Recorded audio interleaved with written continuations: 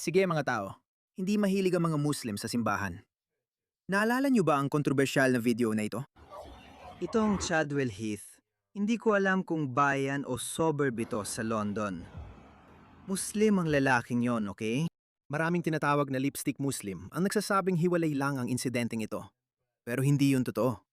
Tingnan nyo, ito ay sa Espanya. Pero gawa ito ng galit na Muslim. Binandalismo.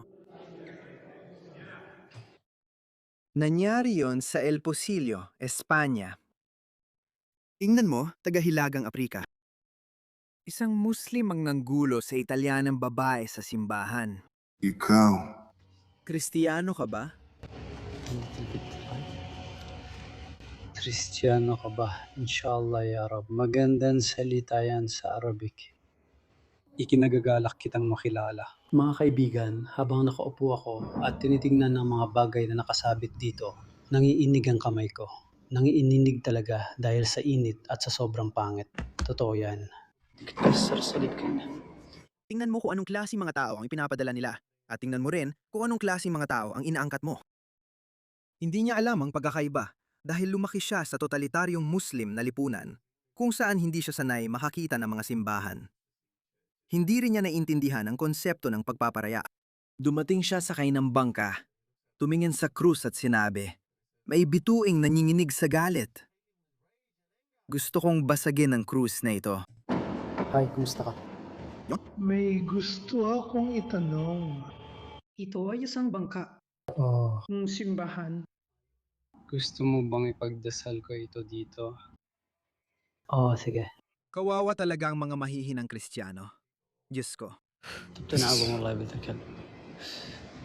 Palagi mo akong tinutokso at kung pwede lang, sasaktan ko na ang mga magulang niya. Tingnan mo ito. Tingnan mo kung gaano karaming galit at put ang meron sila. Tingnan mo ang dami ng galit at put. Pumupunta pa sila sa simbahan para magdasal at bumigkas ng Quran. Nasa loob sila ng simbahan.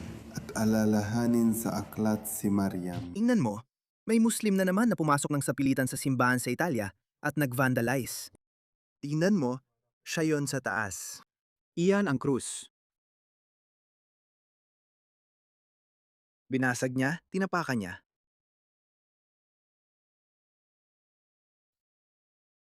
Sa isip niya, winawasak niya ang mga palatandaan ng kasamaan o mga simbolo ng kasamaan. Ginawa ni Muhammad ito. Giniba niya lahat ng simbahan. Hindi. Ang mga huling salita niya ay, "Naway sumpain ng Diyos ang mga Hudyo at Kristiyano." Tingnan mo ito. Gumagawa ng ribulto ni Jesus, Ina Maria. Sinasabi ko sa iyo, palaging ginagawa yan ng mga Muslim. Alam ko ito. Tingnan mo ulit, Muslim na naman. Agresibo siya. Pansinin kung gaano ka-agresibo. Sige, Hindi. papunta sa isang pari.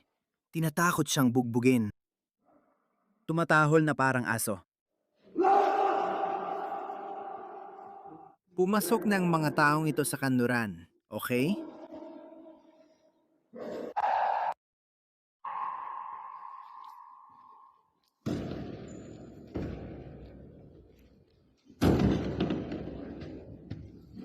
Anong ginawa niyo sa sarili niyo, mga pare?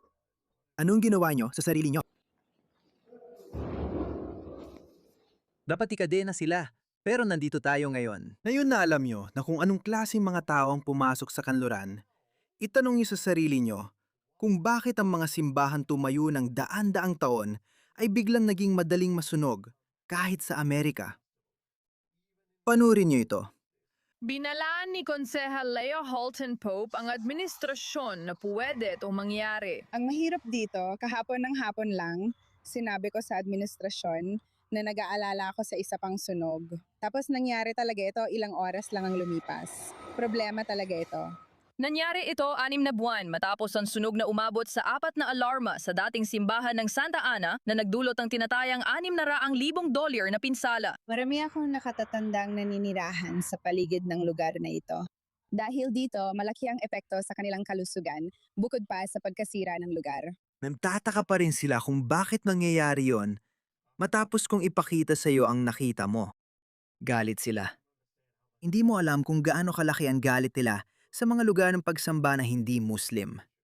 Ginagawa rin nila ito sa Japan. O mga abandonadong gusali sa kabila ng kalsada. Nag-usap tungkol sa demolisyon matapos ang sunog noong Enero. Naniniwala si Halton Pope na dapat gibain ang paaralan pero umaasa siyang manatili ang simbahan. Kung kami sa lungsod ang magpapademolish, magastos para sa amin pero ipapasa rin sa may-ari ang gastos. Hindi ko iniisip yon. Hayaan mo ipakita ko pa sa'yo. Tingnan mo to. Ayon sa CBS New York, napagdesisyonan ng New York City Fire Department na sinadya ang sunog sa makasaysayang Kristiyanong simbahan kamakailan. Hindi pa rin natin alam kung sinong gumawa nito. Sa tingin ko, alam natin kung sino sila. Ayon sa FDNY, sinadya ang sunog na tumupok sa isang makasaysayang simbahan sa Brooklyn hanggang sa tuluyang mawasak ito. Kasananan arson ang sunog noong Hunyo 19 sa South Brunswick Reformed Church ayon sa mga investigador. Ang landmark na simbahan ay itinayo noong 1863. Ayon kay Pastora, lingguhang nagtitipon ang kongregasyon at may food pantry doon bago masunog ang simbahan. Lubos itong nawasak. Kailangang tuluyang gibain at muling itayo ang simbahan. Malaki ang posibilidad na Muslim ang may gawa ng pagsunog sa simbahan. Mas mabuting itanong na lang natin sa AI ang opinion nila. Grupo, ano ang chance na Muslim ang gumawa nito? Bigyan ng porsyento. Heto ang ulat. Tingnan natin opinion ng AI. At ayon sa AI, mga 10 hanggang 15% lang ang posibilidad na isang Muslim ang responsable sa pagsunog ng simbahan na ito. Kaya malinaw na alam nating kalokohan at walang kwenta ito at imposibleng tama ang impormasyong ito. Alam nating Muslim ang gumawa nito pero pinapakita lang nitong bias talagang AI at liberal media pabor sa Islam at mga Muslim. At ito ay dahil sa lahat ng liberal na propaganda na palaging itinutulak sa mainstream. Kung hindi mga Muslim, mga woke naman.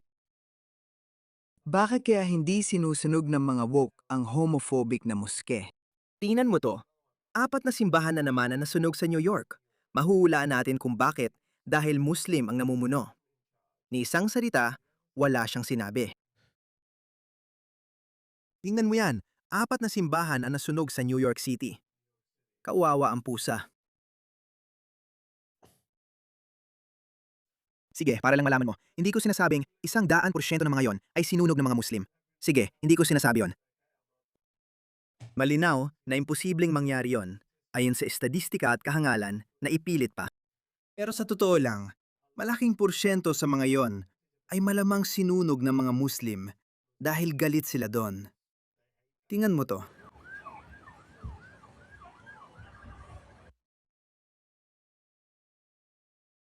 At bakit nga ba hindi ito mahirap paniwalaan? Tingnan mo to.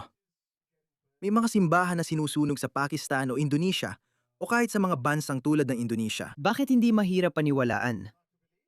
Kasi karaniwan ang pagsusunog ng simbahan sa mga bansang Muslim tulad ng Indonesia. Nagsunog ng mga simbahan sa Pakistan dahil sa paratan ng kalapastanganan. Mga 100 simbahan ang sinunog noong 2023. Pareho lang yan kahit saan, sa Escosya din. Gule, ito ay isang kakaibang pangyayari. Hindi naman ito kakaiba, pero sa ilang dahilan, talagang kakaiba ito. Ang mga simbahan ay biglang nagiging sobrang madaling masunog sa Escosya, Inglaterra. Sa tingin ko pati sa Irlanda, Pransya. Maraming simbahan ang nasusunog sa Pransya at Canada. Madalas kong marinig ang mga Amerikano na nagsasabing, subukan yan sa Amerika at tingnan niyo ang mangyayari. Mag-ingat kayo sa mga hinahangad niyo mga pare. Nangyayari na rin ito sa Amerika. Nangyayari ito sa Amerika. Tapos bigla ring nangyari sa Japan. Pero sa mga templong Shinto naman. 12 ng mga templong Shinto, kabilang ng isa sa Hiroshima na nakaligtas sa isang nuclear attack, ay nasunog ilang buwan na ang nakalipas. Sinasabi ko sa'yo, hindi ko kailangang magsabi sa'yo. Ipinakita ko lang sa'yo. Ipinakita ko lang sa'yo kung anong nararamdaman ng mga Muslim. At tingnan mo kung gaano kaawa-awa si Ma'am Dani. Hindi niya binanggit ang 4 na sinunog na simbahan. May naganap na pananaksak sa mosque. Noong Hulyo 5 ngayong buwan, nag-tweet siya at umabot sa 6.5 milyong views.